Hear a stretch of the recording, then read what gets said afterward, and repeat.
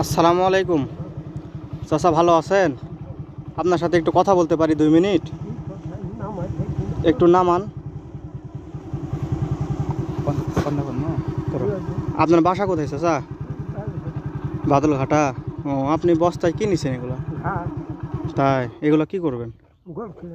গরু খাওয়াবেন? কয়টা গরু আছে আপনার? একটা। আপনার বাড়িতে কে কে থাকে? গীতান আর আপনি, মানে আপনার ওয়াইফ আর আপনি? তো হচ্ছে আপনার ছেলে মেয়ে দেখে না আপনার?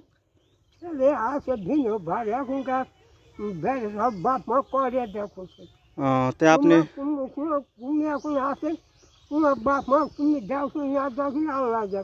আল্লাহ দেখিচ্ছে। হ্যাঁ, তো হচ্ছে আপনার ছেলে কোনো খরচপাতি দেয় না? আপনি এই বয়সে আসে ঘাস কাটিচ্ছেন রোদের মধ্যে।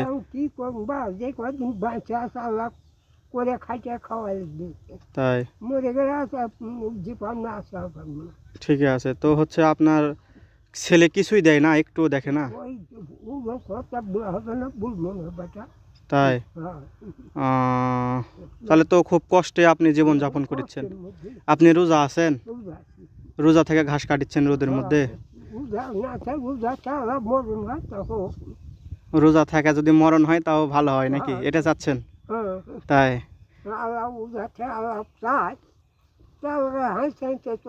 হাসতে হাসতে চলে যাবেন, জীবন দিয়ে দেবেন?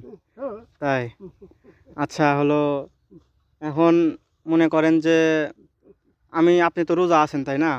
এখন যদি আপনাকে আমি মন থেকে খুশি হয়ে যদি ইফতার করার জন্য কিছু দিয়ে, আপনি নেবেন না?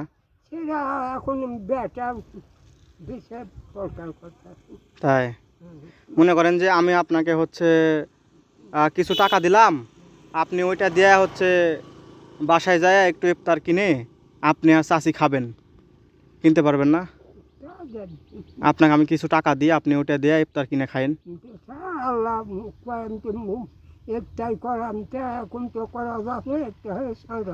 সন্ধ্যাবেলা? হ্যাঁ,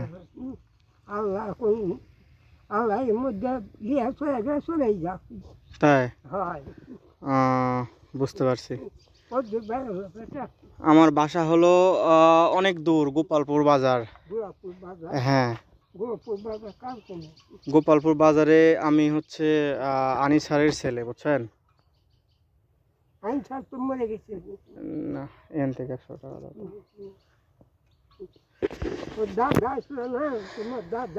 হ্যাঁ, সবাই বেঁচে আছে।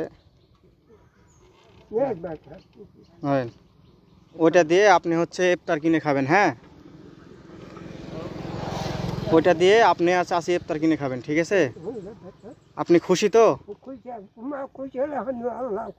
হ্যাঁ, আপনি আমার জন্য দোয়া করবেন। হ্যাঁ, ঠিক আছে, দোয়া করেন। হ্যাঁ, আচ্ছা, ভালো থাকেন। হ্যাঁ, ঠিক আছে। আচ্ছা,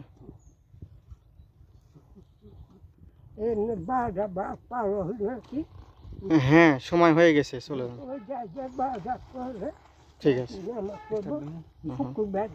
ওটা কি তুলে দিব? তুলতে পারবেন?